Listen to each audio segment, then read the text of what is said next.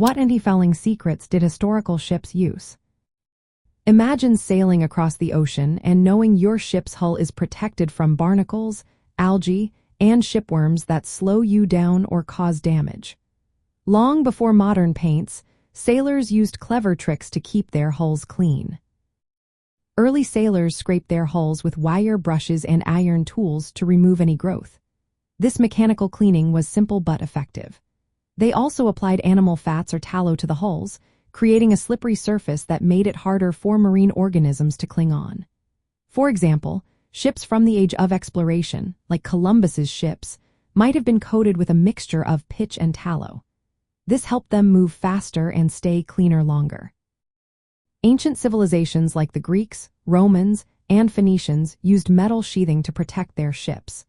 They nailed sheets of lead to the hulls, which helped prevent damage from shipworms and marine growth. These sheets were made after Leonardo da Vinci invented a rolling mill that could produce thin lead sheets. But lead had a problem.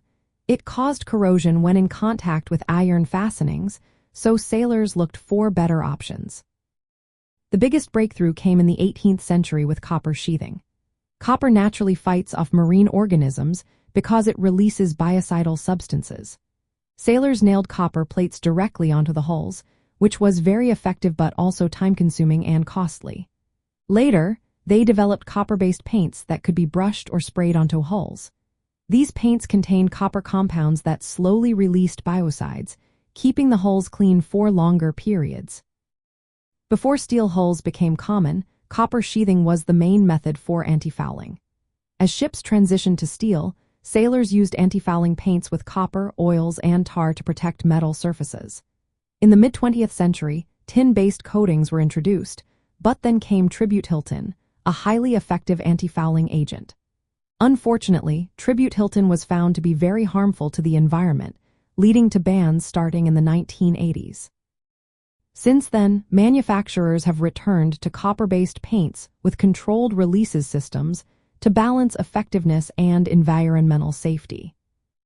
So, the secrets of the past included scraping hulls with tools, coating them with animal fats and pitch, using lead sheathing on wooden ships, and finally adopting copper sheathing and copper-based paints. These methods laid the groundwork for today's antifouling paints, which aim to keep hulls clean while respecting the environment.